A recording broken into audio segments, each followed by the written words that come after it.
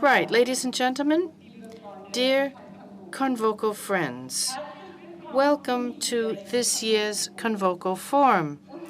The topic today is dealing with downturns, choices and strategies for uncertain times. Ladies and gentlemen, do you know of any way of countering uncertainty in the future?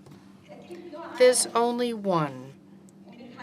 And as Hannah Arendt says, it's the ability to make and keep promises. You might be smiling, but we have to deal with the unknown, with uncertainties. Today's insecurity can no longer be predicted. It has become uncertain. And that means the probabilities of certain results can no longer be analyzed. You can no longer rely on forecasts or trends. Volatility and complexity determine our decisions. Uncertainty in the Western industrialized societies has become the prevailing attitude, according to Professor Wolfgang Reitzler, an economic decision maker. That's what the challenge is. And it's also an opportunity for change and innovation, because only where uncertainty prevails can free will and imagination develop.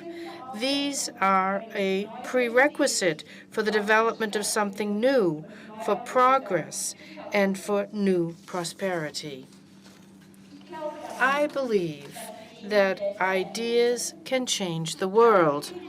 Everything begins in our minds. That's what I always say. These are ideas which guide us individuals and which shape our world, and if possible, shape the world to become a better world. Strategy means sounding out the various scenarios. Of course, we all know that the future is uncertain, but if we are aware of the different possible actions we can take, then you can assess the existing facts better. Strategic decisions are always trade-offs, decisions between mutually exclusive alternatives. The chosen path does not mean you can disregard a possible failure. A possible failure is a possibility. Strategy means examining the alternatives, thinking ahead, anticipating the possible outcomes. This gives us an advantage because we know how to act if, as Seneca puts it, you especially have to realize the fact that something can obstruct your plans. Only the unwise, the arrogant, would not expect the possibility of defeat. And for every life plan, for every business idea, and for all public policy, you should always expect failure. Something can go wrong. But this requires a paradigm shift. Failure has to become socially acceptable. That means it must not be stigmatized. Anyone who takes action can be wrong, and if you are wrong, you can fail. The principle of trial and error is accepted in science, failure as a means to success. The economic journalist Tim Harford compares this to biological evolution. Evolution is the natural process, and this means that failures can lead to success. Everything that I've said so far requires the mental characteristic of negative capability. Let me quote the English poet John Keats and tell you what negative capability is all about. To be successful, a man is capable of being in uncertainties, mysteries, and doubts, without any irritable reaching after fact and reason. At CONVOCO, it's a question of dealing with future problems appropriately. To do so, we need networks of experts from different schools of thought.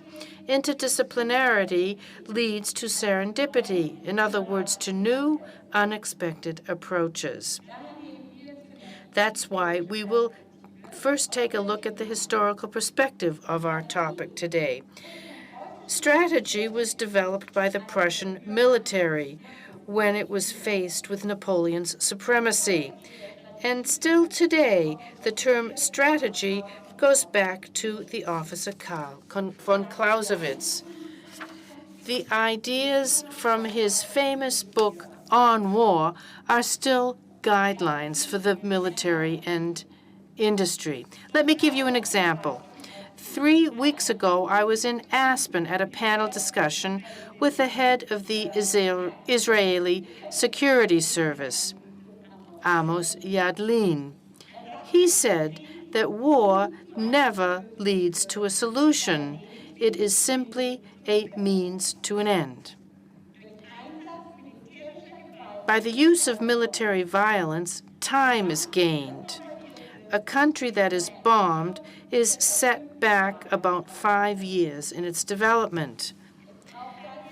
So you need an overarching political strategy which is embedded in warfare. Amos Yadlin is referring directly to Clausewitz. Professor Saul David will explain to us what this all means. Professor David teaches military history at the University of Buckingham in England. Welcome to you, Professor David. The floor is yours.